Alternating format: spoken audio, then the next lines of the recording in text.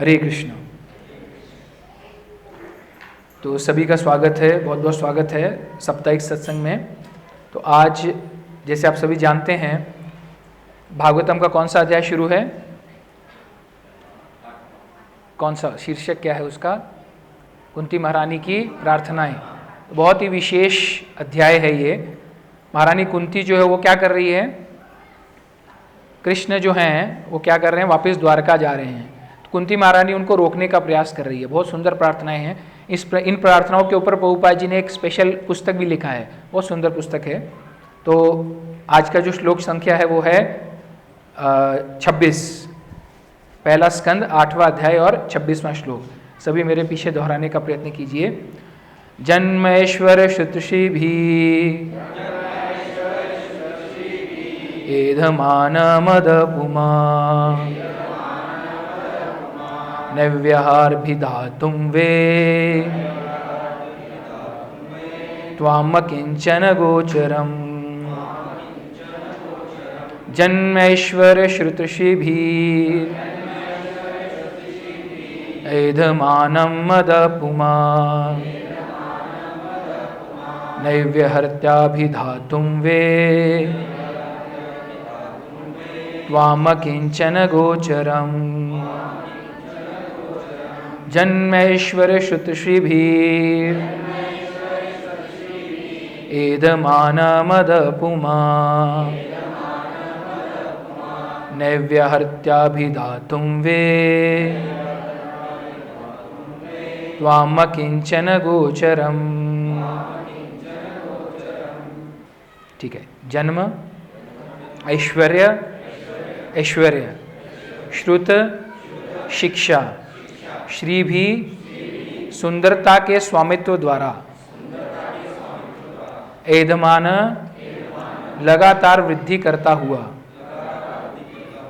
मद प्रमत्तता, पुमान मनुष्य, न कभी नहीं, एव ही अर्हति पात्र होता है, अभिधातुम संबोधित करने के लिए, वै निश्चय ही, त्वाम तुमको, अकिंचन गोचरम जो भौतिक दृष्टि से दरिद्र मनुष्य के द्वारा सरलता से प्राप्त हो सके। इसके अनुवाद और तात्पर्य श्रील प्रभुपाद जी के द्वारा। प्रभुपाद जी की जय। हे प्रभु, आप सरलता से प्राप्त होने वाले हैं, लेकिन केवल उन्हीं के द्वारा जो भौतिक दृष्टि से अकिंचन हैं, जो सम्मानित कुल, ऐश्वर्य, उच्च शिक्षा तथा शारीरिक सौंदर्य के द्वारा भौतिक प्रगति के पथ पर आगे बढ़ने के प्रयास में लगा रहता है, वह आप तक एक निष्ठ भाव से नहीं पहुंच पाता। इसके तात्पर्य में श्रील प्रभुपाद जी हमें बताते हैं, भौतिक दृष्टि से उन्नत होने का अर्थ है उच्च कुल में जन्म लेना और प्रभूत संपत्ति, शिक्षा तथा आकर्षक सौंदर्य से युक्त होना। सारे भौतिकतावादी लोग इन भौतिक ऐश्वर्यों को प्राप्त करने के पीछे मद्दांध रहते हैं और यही भौतिक सभ्यता की उन्नति कहलाती है। लेकिन इन समस्त भौतिक संपत्तियों के होने से मनुष्य कृत्रिम रूप से गर्वित हो उठता है और मदांध हो जाता है।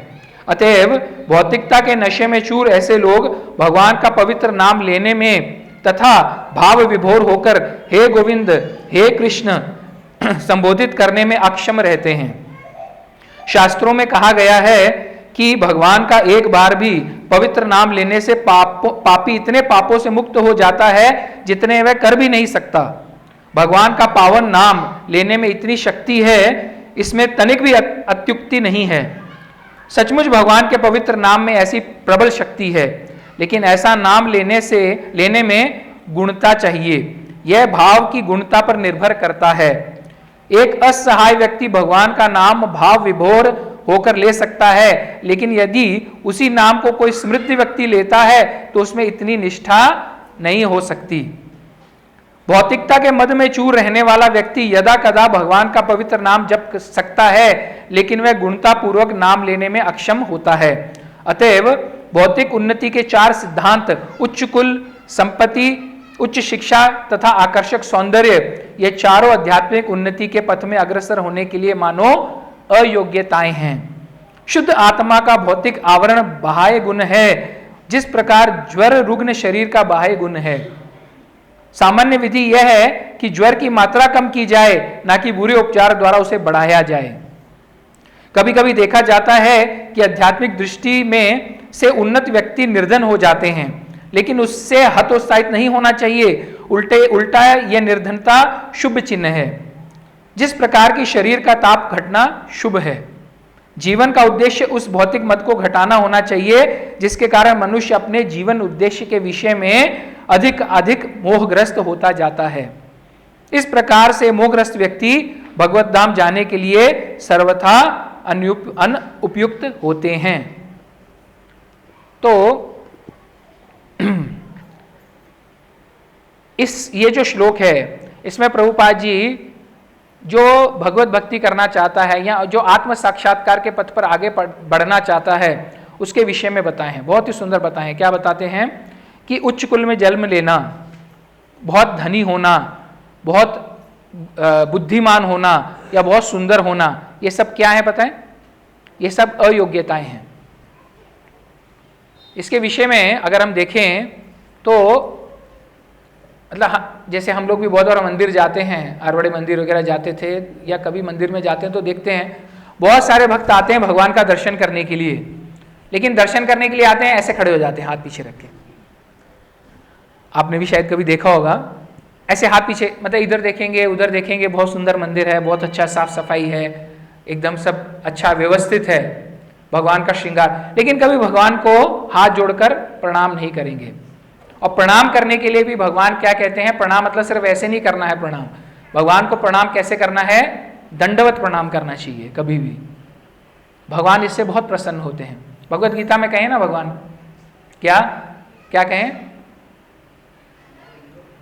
मन मना भव मद भक्तो मद्याजी माम नमस्कुरु।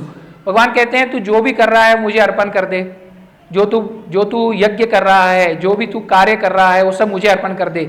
और लास्ट में भगवान क्या कहते हैं? ये सब तू नहीं कर सकता तो केवल क्या कर? मद्याजी माम नमस्करु, केवल मुझे नमस्कार कर। सोचिए भगवान कितना आसान कर दिए हमारे लिए, लेकिन हम भगवान को नमस्कार भी नहीं करना चाहते।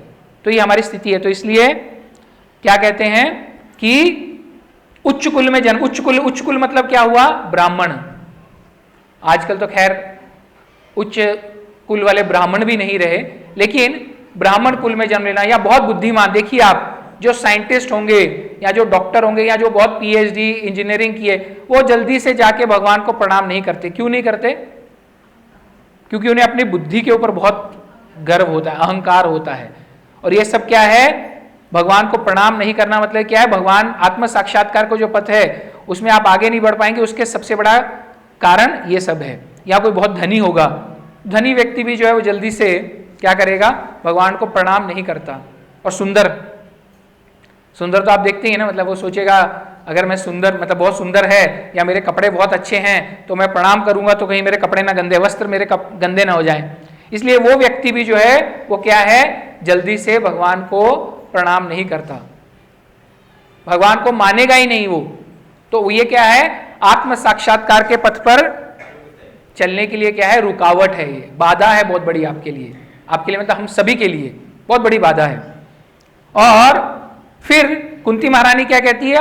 ये जो जिसमें गुण है या अवगुण है, वो सोच रहा है कि मेरे में ये सब गुण है, लेकिन क्या है? वो अवगुण है। कुंती महारानी के अनुसार वो क्या है? अवगुण है। तो उनको प्राप्त कौन कर सकता है? भगवान को प्राप्त करने के लिए योग्यता क्या है?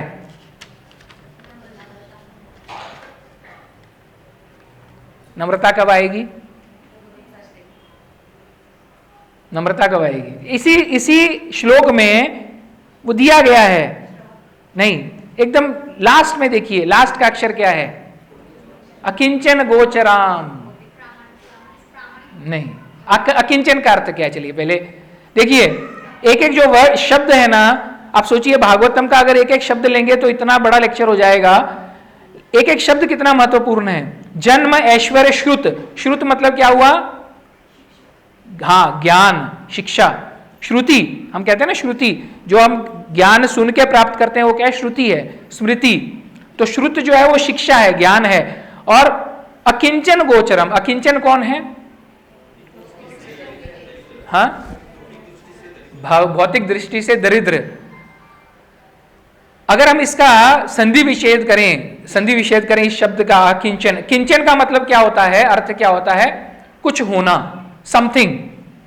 अकिंचन मतलब कुछ भी ना होना, जिसके पास कुछ नहीं है वो अकिंचन है। तो ये तो हो गया भागवतम। भागवतम जो है ये तो हर संप्रदाय में हर जगह पढ़ा जाता है। तो आप सोचेंगे अकिंचन शब्द तो उसका यही अर्थ निकलेगा जिसके पास कुछ नहीं है। लेकिन जो हमारे आचार्य हैं और जो पर्टिकुलरली जो हम खास करके जो बात कर रहे हैं, जो किसकी? गौड़ीय वैष्णव संप्रदाय की, जिसमें कि चैतन्य महाप्रभु ने हमें सबसे श्रेष्ठ सिद्धांत क्या दिया? अचिंत्य भेद अभेद तत्व, है ना। या फिर उसमें क्या उन्होंने बताया? रूप गोस्वामी पाद क्या बताते हैं हमें? युक्त वैराग्य। युक्त वैराग्य का अर्थ क्या हुआ? अभी सब लोग ऐसे ऐसे कर रहे थे। युक्त वैराग्य का अर्थ क्या हुआ बताइए? संसार में रहते हुए भी विरक्त रहना। ठीक है, परफेक्ट आंसर नहीं है। युक्त वैराग्य का अर्थ क्या हुआ?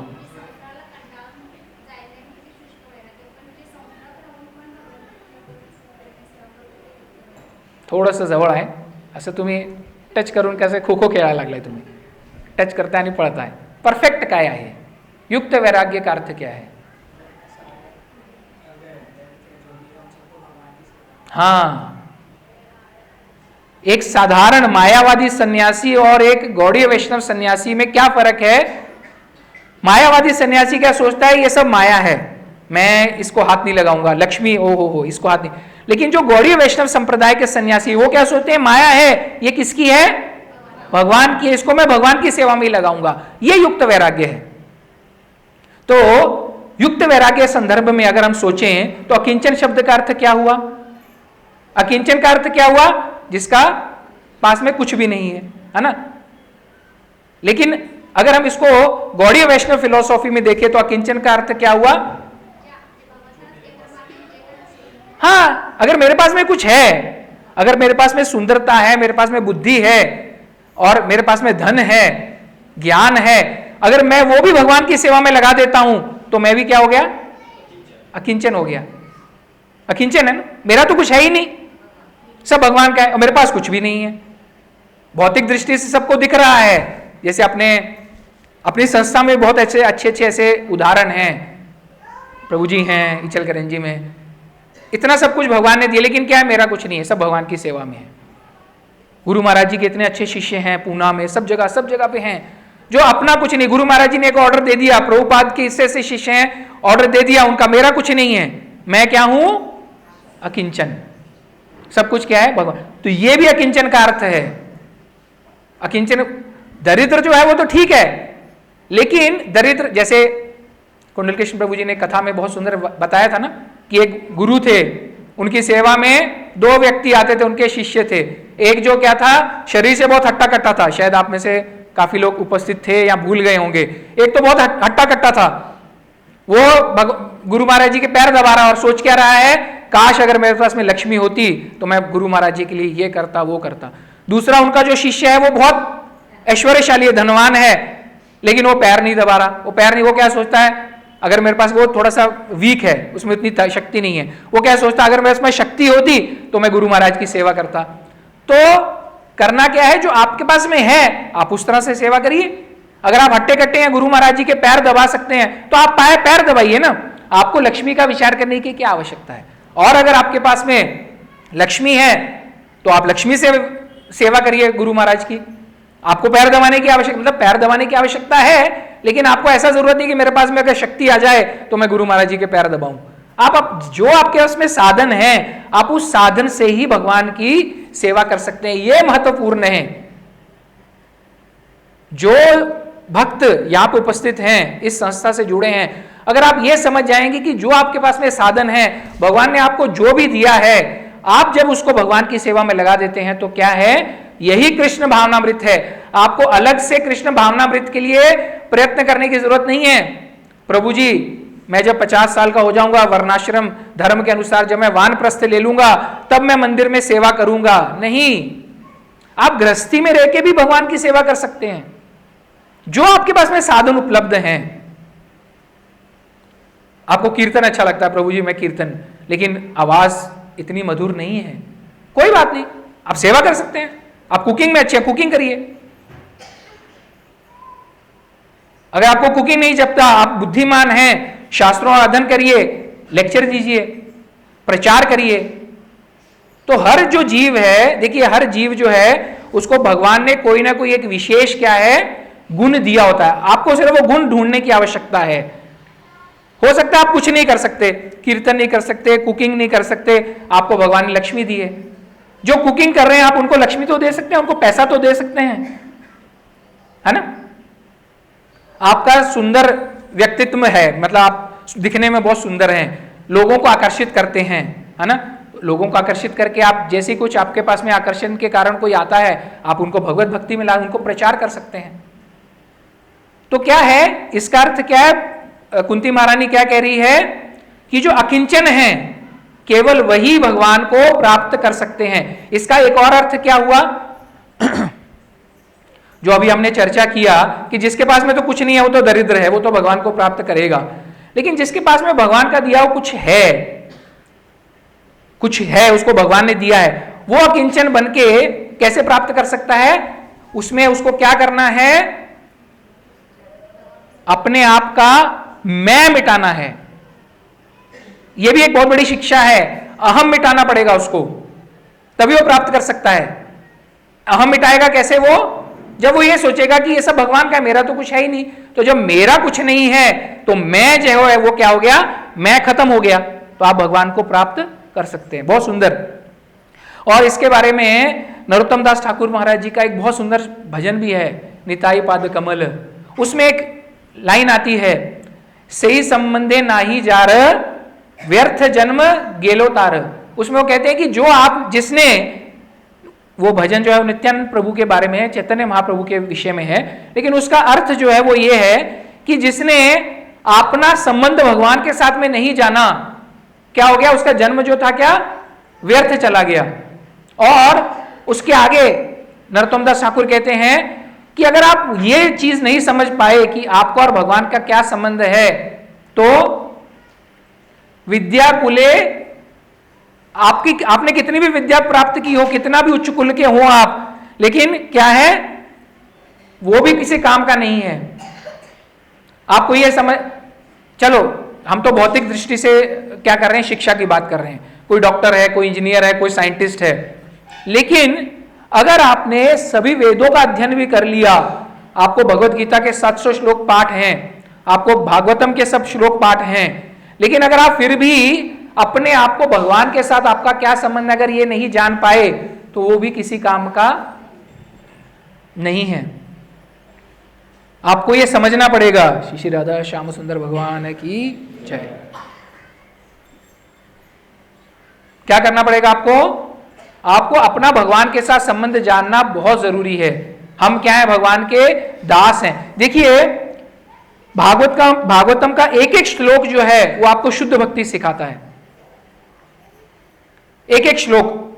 इसके पहले का जो श्लोक है उसमें कुंती महारानी क्या कहती है 25वें श्लोक में कि क्या करो? सिर्फ 2 माताओं को याद है। इसके पहले वाले श्लोक में क्या कहती हैं कुंती महारानी 25वें श्लोक में? पिछले हफ्ते विपदा दो मुझे विपदा चाहिए। क्यों विपदा चाहिए? क्योंकि जब विपदा आती है तभी मुझे आपका भगवान स्मरण होता है, मैं स्मरण कर सकती हूं आपका। तो ऐसे एक जगह पे मैं कहीं पढ़ रहा था, कहते कि जितने भगवान को मानने वाले हॉस्पिटल में मिलते हैं, उतने भगवान को मानने वाले शायद आपको मंदिर में भी नहीं मिलेंगे। सही है? क्यों सही है? तो मंदिर में, हॉस्पिटल में जो बैठा है वो किसी ना किसी उद्देश्य से गया है ना। उसका कोई ना कोई बीमार है, वो यही प्रार्थना कर रहे हैं, भगवान मेरे जो भी मेरे निकटवर्ती हैं उनको ठीक कर दो, ठीक कर दो। मंदिर में तो हम घूमने के लिए जाते हैं, है ना। कुछ उत्सव है तो चलो आरवड़े चलेंगे, है ना। तो जितने आपको भक्त आपको हॉस्पिटल में मिलेंगे, भक्त मतलब भक्त नहीं कह सकते, लेकिन आर्त, भगवान भी क्या कहे हैं, 4 प्रकार के जीव मेरे पास आते हैं ना। आर्त, जिसको बहुत दुख है, कष्ट है, वो भगवान के पास जा रहा है। और वहां पे देखिए आप, जब आपका जप की जो क्या कहते हैं, उसकी जो इंटेंसिटी है, जो गंभीरता है, वो आपको और कहीं नहीं मिलेगी। तो कुंती महारानी, तो इसीलिए यहां पे भी बता रहे, देखिए प्रभुपाद जी, कि शुद्ध आत्मा का भौतिक आवरण बाह्य गुण है, जिस प्रकार ज्वर, ज्वर मतलब फीवर, बुखार, ये बाह्य गुण है, शरीर का बाह्य गुण है। और सिर्फ शरीर जो है उसको लग रहा है मैं बुखार मुझे हो रहा है, लेकिन आत्मा को कभी बुखार होता है क्या? नहीं होता। तो क्या कह रहे हैं, सामान्य विधि यह है कि ज्वर की मात्रा को कम किया जाए, ना कि बुरे उपचार के द्वारा उसे बढ़ाया जाए। अगर हमें बुखार होता है तो हम क्या कोशिश करते हैं, उस ज्वर को कम करने की कोशिश करते हैं, है ना। तो इसमें कुंती महारानी यही समझाने का प्रयत्न कर रही है।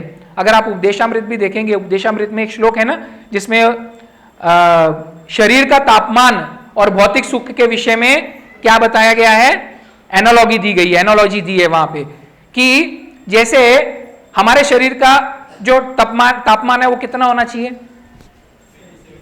हाँ, या 96 डिग्री फ़ारेनहाइट, है ना। और जब हमें बुखार आता है तो हमारा तापमान कितना हो जाता है, 101, 102, 4, और ऐसा कहते हैं कि 108 अगर शरीर का तापमान हो जाए तो व्यक्ति जीवित नहीं रह सकता। लेकिन अगर हमारे शरीर का तापमान कम भी हो जाए तो भी हमारे शरीर के लिए वो अच्छा नहीं है। अगर आप ये सोचो कि शरीर का तापमान बढ़ गया, इसको कम करते करते मैं 90-87 पे लेके आ जाता हूं, तो वो भी शरीर के लिए अच्छा नहीं है। देखिए गौड़ीय वैष्णव जो सिद्धांत है कितने परफेक्ट बैठते हैं, अगर हम उसे समझने का प्रयास करें। अभी कोई ऐसा सोचे कि मैं तो तपस्या करूंगा, हाँ, ये सब जो है क्या है, मायावादी जैसा सोचते हैं। क्या सोचते हैं, ये सब माया है, मैं तो गुलाब जामुन नहीं खाऊंगा। क्यों? क्योंकि ये माया है, माया है। मैं गुलाब जामुन खाऊंगा तो मेरी इंद्रियां जो है विचलित होंगी, जीभ को क्या होगा, सब थोड़ा थोड़ा आगे आ जाइए, तो क्या होगा, जीभ जो है वो इसका टेस्ट करेगी। और शास्त्रों में क्या बताया गया है, तार मध्य जीवाति।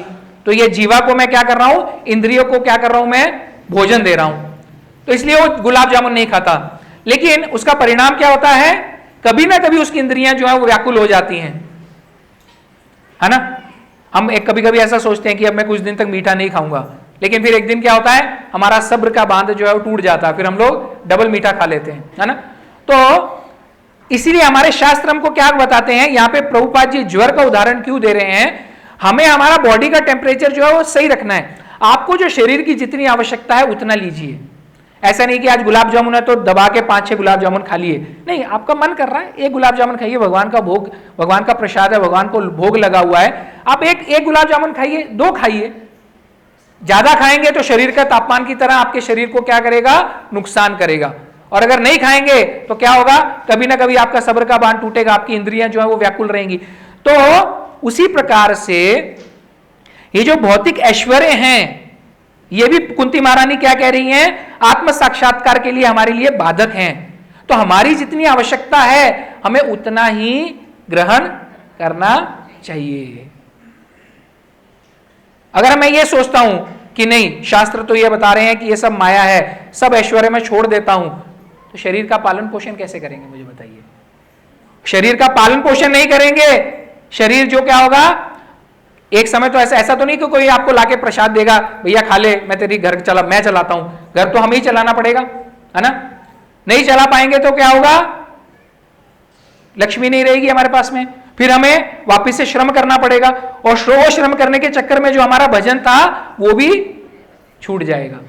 इसलिए उचित क्या है, श्रम करिए, लेकिन क्या करिए, उसको बैलेंस में रख के करिए। ऐसा नहीं है कि उसको अच्छा अत्यधिक बढ़ा देंगे, कमाना है, बहुत पैसा कमाना है, तो उससे भी क्या होगा, ज्यादा पैसा कमाने के चक्कर में भी भजन जो है वो खत्म हो जाएगा। क्योंकि हमेशा दिमाग में क्या चलेगा, मुझे काम करना है, काम करना है, भजन छूट जाएगा। इसलिए हमें क्या करना है, इसको बैलेंस करके चलना है। भक्ति जो है, भक्ति बहुत सरल है, लेकिन इसमें सबसे विशेष क्या है, आपको हर चीज को बैलेंस करके चलना है। आपको ऐसा नहीं है कि हाँ प्रभु जी बोल रहे हैं या शास्त्रों में लिखा है कि सब विरक्त हो जाओ, विरक्ति नहीं। इसीलिए चैतन्य महाप्रभु ने सबसे उत्तम जो बताया, युक्त वैराग्य। परिवार के साथ रहते हुए भी आप क्या कर सकते हैं, भक्ति कर सकते हैं, आत्म साक्षात्कार के पथ पे आगे बढ़ सकते हैं। कभी कभी देखा जाता है कि आध्यात्मिक दृष्टि से उन्नत व्यक्ति निर्धन हो जाते हैं, लेकिन इससे हतोत्साहित होने की कोई भी जरूरत नहीं है। बहुत सुंदर है ये, बहुत सुंदर बताया है कि क्या होता है बहुत बार। और इसका सबसे बड़ा उदाहरण पता है कौन है? हाँ, शिल प्रभुपाद जी। यस, आपको पता है शिल प्रभुपाद जी का सबसे फेवरेट श्लोक कौन सा था? प्रभुपाद जी उस श्लोक के ऊपर बहुत बार चिंतन मनन करते थे, बहुत बार चिंतन मनन करते थे। भागवतम के 10वें स्कंद के 88वें अध्याय का 8वां श्लोक है, वो मैं श्लोक आपके सामने पढ़ता हूं। बहुत सुंदर श्लोक है, उसके ऊपर आप थोड़ा सा चिंतन करिएगा। ये जो श्लोक है ये हमें जीवन में कभी भी अगर हमारे ऊपर कुछ मुसीबत आती है तो उस वक्त हमें जो क्या है, क्या देता है, थोड़ा सा धाड़स देता है। तो श्री भगवान उवाच यस्याम अनुग्रहानामि हरिष्ये तदधंशणे ततो धनम त्यजन्तस्य स्वजना दुख दुखितम। बहुत सुंदर है। इसमें भगवान क्या कहते हैं, भगवान कह रहे हैं, श्री भगवान उवाच, वो क्या कहते हैं कि अगर मैं किसी के ऊपर विशेष अनुकंपा करता हूं, भगवान की विशेष अनुकंपा क्या है सुनिए बहुत ध्यान से। अगर आप ये श्लोक ध्यान से सुनेंगे और चिंतन करेंगे ना तो आपको आपकी जो भी दुख आपको लग रहे हैं ना कि मुझे दुख सता रहे हैं, उसका निवारण मिल जाएगा और आपको एकदम ऐसे लगेगा कि आज मैं बहुत भाग्यशाली हूं। भगवान कहते हैं मेरी विशेष अनुकंपा क्या होती है एक भक्त के ऊपर कि जो मुझे भक्त प्रिय है ना, मैं उसकी जो सबसे प्रिय वस्तु हो मैं उसे छीन लेता हूं। ये मेरी उस भक्त के ऊपर विशेष क्या है, कृपा है। अभी आप सब अपना अपना माइंड में सोचिए, अभी नहीं बाद में सोचिए, नहीं तो लेक्चर ध्यान में नहीं रहेगा, कि आपकी कोई विशेष वस्तु भगवान ने ऐसे छीनी है क्या, तो आपको ध्यान में आएगा। फिर वो क्या कहते हैं, और जब वो व्यक्ति, और भगवान इसमें पर्टिकुलरली क्या बोल रहे हैं, I deprive him of his wealth, मैं उससे उसकी लक्ष्मी ले लेता हूं, उसके पास में जो उसकी संपत्ति है ना, जो उसके पास में पैसा है, मैं उसे छीन लेता हूं। और पैसा छीनने के बाद में क्या होता है, जो उसके परिजन हैं, जो उसका मित्र परिवार है, वो क्या सोचता है ये अब निर्धन हो गया है, और वो उसको छोड़ के चले जाते हैं। और इस वजह से वो मनुष्य जो है वो क्या होता है, दुखी और परेशान हो जाता है। और इसका उदाहरण कौन है, शिल प्रभुपाद। तो शिल प्रभुपाद जब भी उनके जीवन में कोई संकट आया, बनारस में उनकी बहुत बड़ी एक फैक्ट्री थी केमिकल। आपको शायद जान के आश्चर्य होगा कि प्रभुपाद जो थे अपने समय में बहुत धनवान थे, और इंडिया में ऐसे औषध विक्रेता थे जिनके पास में पूरे भारत में औषध बेचने का लाइसेंस, मतलब एक कंपनी जो थी वो एक औषध बनाती थी और पूरे भारत में औषध बेचने का राइट्स केवल प्रभुपाद को था। और उस वक्त उस समय में वो औषध जो थी बहुत फेमस थी। प्रभुपाद को मेडिकल साइंस का बहुत अच्छा ज्ञान था। उन्होंने बनारस में एक फैक्ट्री शुरू किया जिसमें वो औषध बनाते थे। और जैसे आजकल आपने सुना ना, जेनरिक औषधें रहती है, जेनरिक। अगर आप किसी कंपनी की औषध लेते हैं वो 10 रुपए की है, तो अगर आप जेनरिक औषध लेंगे, सॉल्ट वही होगा, सब कुछ वही होगा, लेकिन वो आपको 2 रुपए 2.5 रुपए में मिल जाएगा। तो प्रभुपाद ने ऐसी एक फैक्ट्री शुरू की जिसमें वो बहुत सस्ते में औषध बनाते थे। तो प्रभुपाद की फैक्ट्री में आग लग गई। अब आप सोचिए, अगर आपकी फैक्ट्री में आग लगेगी तो आप क्या करेंगे, जो भी कीमती सामान होगा उठाने के प्रयत्न करेंगे ना। प्रभुपाद ने ऐसा कुछ भी नहीं किया, और प्रभुपाद एक कोने में खड़े हुए मुस्कुरा रहे थे। सोचिए किस स्तर पे हैं प्रभुपाद।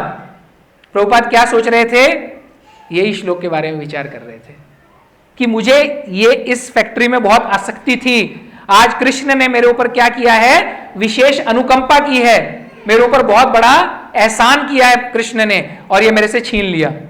और उसका परिणाम क्या हुआ, देखिए उनका परिवार जो था वो उनको छोड़ दिया। प्रभुपाद जी की जो धर्मपत्नी थी उनको चाय पीने का बहुत शौक था, बहुत शौक था उनको। तो एक बार प्रभुपाद टूर पे गए हुए थे, बिजनेस टूर पे। जब वो बिजनेस टूर से वापस आए उनकी पत्नी जो धर्मपत्नी थी उनको चाय बिस्किट का बहुत शौक था, बहुत उनको अच्छा लगता था। तो प्रभुपाद जब वापिस आए और प्रभुपाद ने आके प्रभुपाद भागवतम लिख रहे थे, भगवत गीता लिख रहे थे, बहुत विशेष।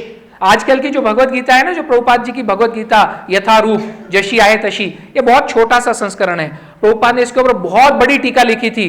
प्रभुपाद ऐसा बताते थे कि अगर वो मैं टीका, अगर उसका मैं पब्लिकेशन करूंगा तो वो जो टीका होगी कुछ 10-12 अध्याय, 10-12 बुक्स होंगी उसमें, इतनी बड़ी उन्होंने टीका लिखी थी। तो प्रभुपाद वो जो उन्होंने लिख के गए थे वो ढूंढने लगे, और प्रभुपाद ने वो जो टीकाएं थी देश के विभिन्न भागों में भेजी थी, और प्रभुपाद को सबसे इतना अच्छा रिव्यूज, इतना अच्छा फीडबैक मिला था कि आपने प्रभुपाद जी बहुत सुंदर, उस वक्त तो प्रभुपाद नहीं थे वो, उस वक्त तो अभय चरण डे थे वो, तो अभय चरण बाबू उनको कहते थे, अभय चरण बाबू आपने बहुत अच्छा इसके ऊपर टीका लिखा है। तो प्रभुपाद का विशेष प्रेम था।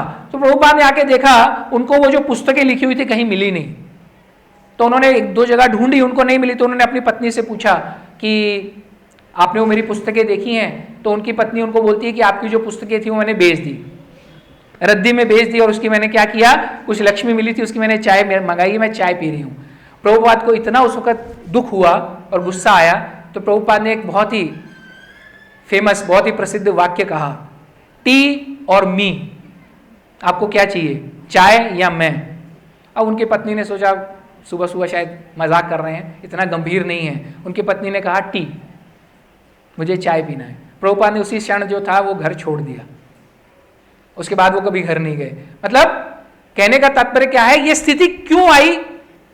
क्योंकि भगवान ने विशेष उनके ऊपर कृपा किया, उनसे वो छीन लिया। तो हम लोग बहुत बार ऐसा सोचते हैं कि अरे मेरे रिश्तेदार ऐसा कर रहे हैं, ऐसा क्यों हो रहा है मेरे साथ में, परिजन मेरे साथ ऐसा, सब मुझे छोड़ के जा। जब ऐसा कुछ स्थिति आती है तो आप ये सोचिए भगवान, क्योंकि आपकी उनमें विशेष आसक्ति है। आप देख लीजिए, हम ऊपर ऊपर से कहते हैं नहीं प्रभु जी मला काय पै पाहुण्यांचं एवढं काय वाटत नहीं मला प्रभु जी, पर हमारी मन में एक ऐसी वो, उसको शास्त्रीय भाषा में क्या कहा गया है, ग्रंथि। जीवन का सबसे बड़ा रोग क्या कहेंगे लोग, ये सबसे बड़ा रोग है ना।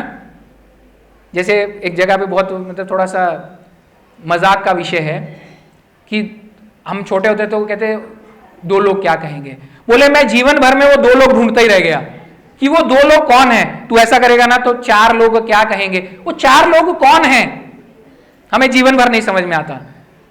4 लोग क्या सोचेंगे, हम छोटे होते थे हमारी माता हमें 4 लोग क्या सोचेंगे, वो 4 लोग कौन है? तो वो क्या है, वो हमारी आसक्ति, हमारे हृदय की ग्रंथि बन गई है वो। और हृदय ग्रंथि कैसे कटती है, भागवत के ज्ञान से। तो ये जो श्लोक है प्रभुपाद जी जब भी उल्लेख, इसके बाद में एक और वाक्य, प्रभुपाद जी उसके बाद में झांसी आ गए। झांसी आने के बाद में उन्होंने क्या किया, वहां पे लीग ऑफ डिवोटीज करके इस्कॉन की जो मदर कंपनी कही है, या जो उन्होंने जो सबसे पहले संगठन बनाया था लीग ऑफ डिवोटीज झांसी में, वहां पे भी जब प्रभुपाद झांसी में रह रहे थे तो ऐसा ही हुआ। उनको पता चला कि जो उनकी जली हुई फैक्ट्री थी उसमें कुछ चोरी हो गई थी, उसमें से कुछ सामान जो था वो चोर उठा के ले गए थे। तो प्रभुपाद को जब पता चला तो प्रभुपाद बैठे रहे, तो उनके जो आजू बाजू के उन्होंने बोला प्रभु जी, प्रभुपाद आपको कुछ टेलीग्राम आई है, क्या है? बोले मेरे फैक्ट्री में चोरी हो गई है। बोले अरे आप जाएंगे नहीं? बोले क्या करूंगा मैं जाके,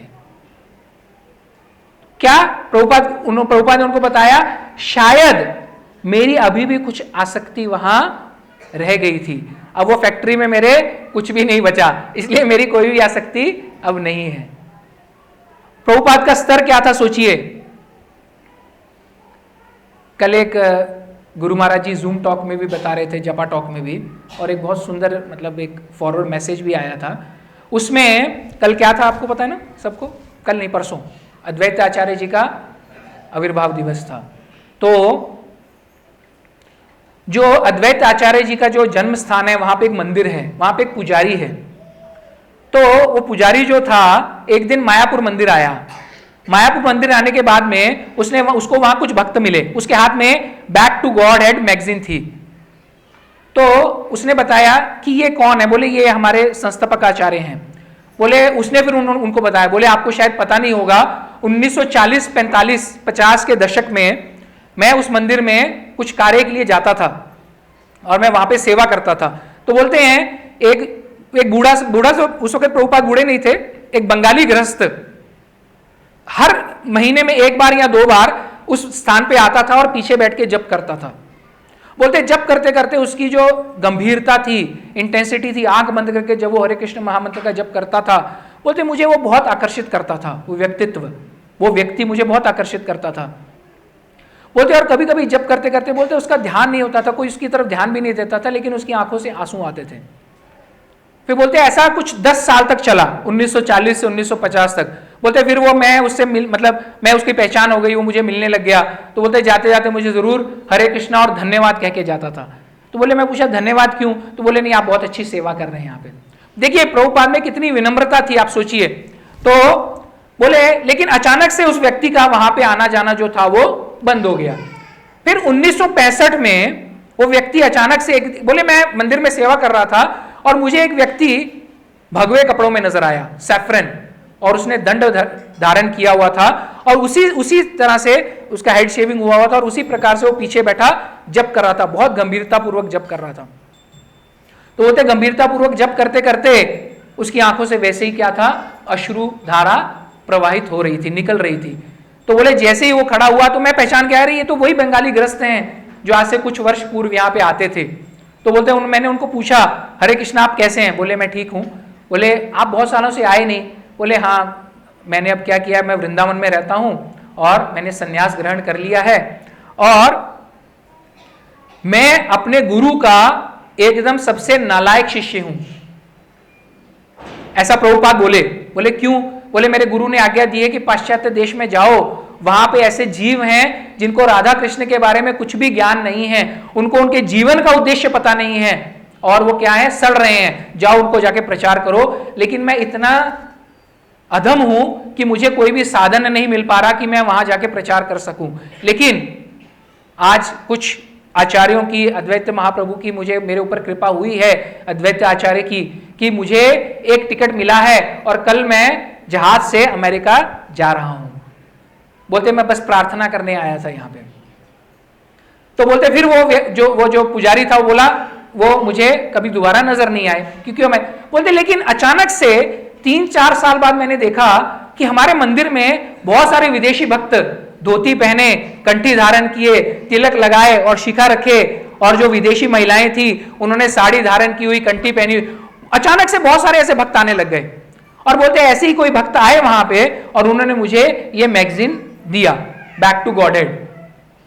बोलते उन्होंने मैगजीन दिया और जैसे ही मैंने मैगजीन देखा और मैंने देखा अरे ये तो वही गृहस्थ हैं, ये वही सन्यासी हैं जो मुझे मिलके गए थे। तो बोले मैं समझ गया कि इनका उद्देश्य जो था वो पूरा हो गया है।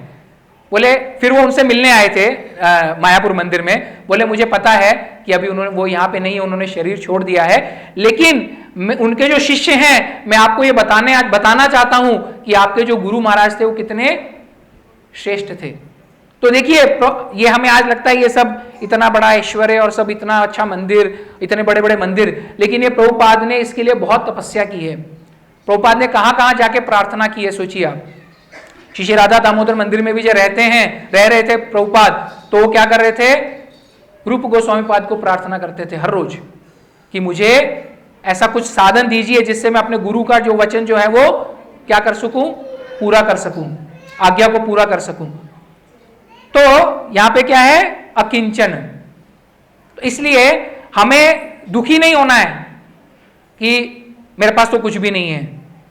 नहीं, आपके पास में जो कुछ भी अगर आप वो भगवान की सेवा में लगाते हैं तो भी आप क्या हैं, अकिंचन है। कुंती महारानी बहुत सुंदर प्रार्थना कर रही है यहां पे। और फिर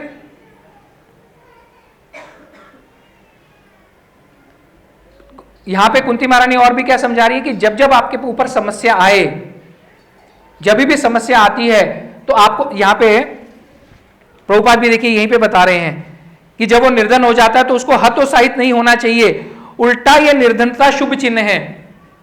जो आपके मित्र परिवार है ना उसको लगेगा अब ये निर्धन हो गया, अब इसके पास में कुछ बचा नहीं। आपके जो रिश्तेदार हैं, जो मित्र परिवार है, वो आपके पास आना क्या करेगा, बंद कर देगा। लेकिन ये क्या है, प्रभुपाद यहाँ पे बताते हैं ये जो निर्धनता है ये क्या है, ये शुभ चिन्ह है। शुभ चिन्ह किस लिए है? क्या बताता है कि आप जिनने जो रास्ता चुना है वो रास्ता क्या है? सही है, you are on the right path. ये विशेष अनुकंपा है किसकी? कृष्ण की आपके ऊपर। जीवन का उद्देश्य इस भौतिक मद को घटाना होना चाहिए। जो हमें मद मतलब क्या होता है? मद का अर्थ क्या? अभिमान हो जाता है हमें।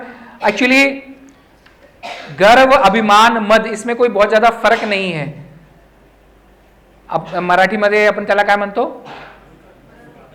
मस्ती एक आणि पर्टिक्युलर शब्द आहे, हा नाही, आणि एक शब्द आहे याला पैशाचा लई माज आहे, अपन म्हणतो ना याला लई माज आहे पैशाचा, ये वही शब्द है। और वो माज किसी का भी हो सकता है, पैसे का नहीं हो सकता, किसी का भी, ज्ञान भी हो सकता है। बहुत बुद्धिमान हूं, मुझे सब ज्ञान है, लेकिन अगर वो ज्ञान आपको कृष्ण प्रेम की ओर नहीं लेके जा रहा तो वो किसी भी काम का नहीं है। जीवन का उद्देश्य इस भौतिक मद को घटाना होना चाहिए, जिसके कारण मनुष्य अपने जीवन उद्देश्य के विषय में अधिकाधिक मोहग्रस्त हो जाता है। देखिए, जैसे ही पैसा आता है ना, वो पैसा मतलब इंग्लिश में भी एक कहावत है, it is very easy to reach the top but it is very difficult to maintain it.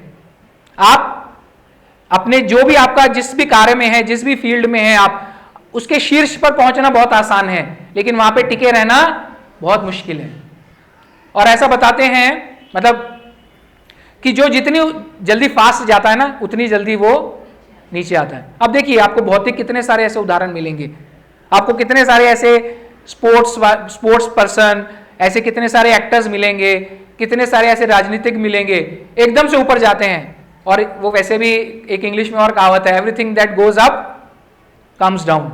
जो भी वस्तु ऊपर जाती है उसको नीचे आना ही पड़ता है। क्यों आना पड़ता है? गुरुत्वाकर्षण के कारण, है ना। तो यही तो क्या है, हम जब तक हमें वो समझ में आ जाए जितनी जल्दी कि ये जो भौतिक चीजें हैं ये हमेशा रहने वाली नहीं है, उतना हम क्या होगा, जल्दी से ये सब चीजों से मोह से क्या होगा, हम हट जाएंगे, हमारी बुद्धि चल जाएगी कि हाँ। अगर देखिए, बहुत बार ऐसा होता है, बिजनेस बहुत अच्छा चल रहा है अचानक से, और विशेष करके जो भक्त नहीं है ना, उनको तो ये बहुत प्रॉब्लम आता है, इतना सब कुछ अच्छा चल रहा था, तुम्हारे भगवान ने क्या किया है। जब तक अच्छा चल रहा था तब तक भगवान बहुत अच्छे थे, भगवान बहुत अच्छे हैं, हमें सब कुछ मिल रहा है, सुख सुविधा सब। जैसे ही कोई तकलीफ आई, आज मी दिवा लावणार नाही, अगरबत्ती लावणार नाही, का काय दिले भगवंतानी, काय दिले भगवंत। इसीलिए हमारे जो शास्त्र हैं वो हमें क्या समझा रहे हैं, मनुष्य अपने जीवन उद्देश्य के विषय में, हमें हमारा क्या है, जीवन का उद्देश्य जानना है। इसीलिए शास्त्र जो है, हमें वैदिक ज्ञान जो है, हमारा जीवन का उद्देश्य बहुत आसानी से हमें समझा रहा है। मनुष्य जन्म पाइया राधा कृष्ण ना भजिया, जानिया सुनिया विष खाइनु। ये जो है, ये एक भक्त की क्या होती है, ये भक्त की थिंकिंग है, उसका विचार है। इसीलिए अगर आप हम अपने जो हमारे वैष्णव गीत हैं उनको आप सुनेंगे, इसी उद्देश्य, जैसे अभी हम जो चर्चा कर रहे हैं, कुंती महारानी क्या बोल रही है कि आप जब मुझे दुख देते हैं तो मेरे लिए बहुत अच्छा है। इसीलिए भक्ति विनोद ठाकुर क्या कहते हैं, मारो भी राखो भी जे इच्छा तोहार। कृष्ण को क्या कह रही है, क्या कह रहे हैं भक्ति विनोद ठाकुर, मुझे मारो या रखो, ये तुम्हारी इच्छा है। श्री राधा श्याम सुंदर भगवान की जय। नित्य दास प्रति तुवा अधिकार। भक्ति विनोद ठाकुर कहते हैं कि मैं तो आपका नित्य दास हूं, और दास जो है उसके प्रति आपका ही अधिकार है, भगवान आपका ही अधिकार है। आप आजकल तो वैसे ऐसे दास हमें पैसा देने पे भी नहीं मिलते हैं, मिलते हैं क्या? मालिक अगर मारे, उसको कुछ भी कहे, ऐसे दास भी नहीं मिलते। लेकिन हमारे आचार्य हमें क्या समझा रहे हैं, हमारा भाव क्या होना चाहिए, मारो भी राखो भी जो इच्छा तो हार, नित्य दास प्रति तुवा अधिकार। मैं तो आपका क्या हूं, नित्य दास हूं। और हम नित्य दास हैं, यही हम क्या है, भूल गए हैं, हमारे स्मरण में नहीं है।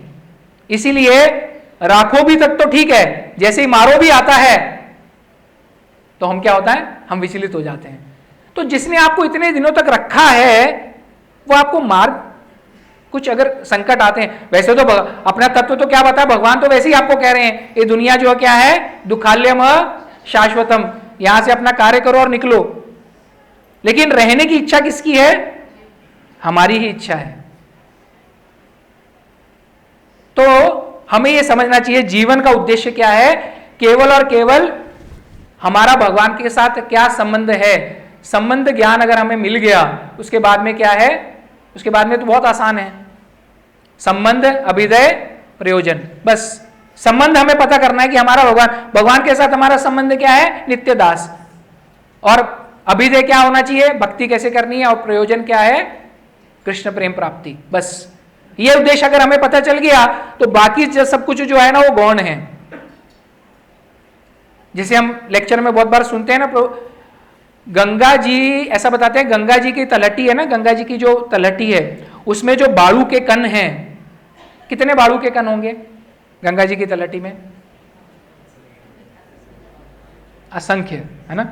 तो शास्त्र ऐसा बताता है कि ऐसे जितने गंगा जी की तलहटी में जितने जो बालू के कण हैं, उतनी बार हम जन्म लिए हैं, और उतने जन्मों में हमारे माता पिता, पति पत्नी, बच्चे, मामा मामी, चाचा चाची, काका काकी, इतने हमारे संबंध हुए हैं।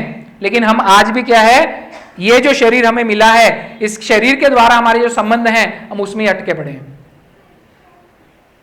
पाहुण्यांचे इथं कार्यक्रम होता, प्रभूजी येऊ शकलो नाही, प्रभूजी 26 जानेवारीला आला नाही आरोडेला, पाहुण्यांचे इथं कार्यक्रम होता प्रभूजी। सोचिए, विचार करिए। और यही जो है कुंती महारानी हमें यहाँ पे समझाने का प्रयास कर रही हैं। ठीक है, तो हम यहीं पे रुकेंगे। बहुत बहुत धन्यवाद आप सभी का। किसी का कोई प्रश्न हो तो पूछ सकते हैं।